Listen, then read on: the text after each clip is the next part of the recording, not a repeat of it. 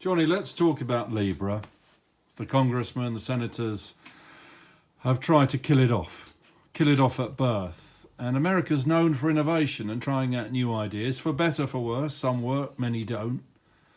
Have the Americans made an error here by halting Facebook's Libra and let the Chinese in? And are we now entering a Chinese everywhere world where they build a motorway from Beijing to London? Well, blimey, that's a big question. So let's just deal with Libra. In my opinion, Libra has changed the landscape. It's opened people's eyes to actually what is possible. Now, of course, the banks and the politicians don't want to see a corporation take control of, at the end of the day, what they're meant to be responsible for, i.e. money. But let's be honest, the banks haven't covered themselves in glory.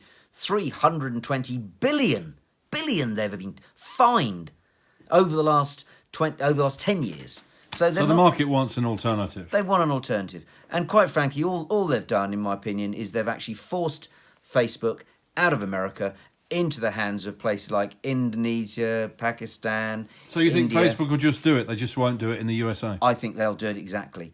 But if they don't do it, what's happened, you've prodded a giant, i.e. the Chinese. Because the Chinese now are really worried that if something like Libra was a success, then they're locked out of the fast-growing Asian markets. And that's why we're about to see a digital Chinese currency being launched, because they want to bypass the banking system and build on the tremendous success of WeChat and Alipay. And they're going to actually enable people to transact with their phone over the net and take out the banking system.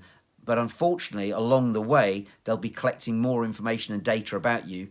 And you don't know exactly where that's going to end up at some stage. So unfortunately, the Americans have been very protectionist and been very frightened, and rightly so. But the prize was never America. The prize was always going to be in those faster growing emerging markets that need a payment alternative.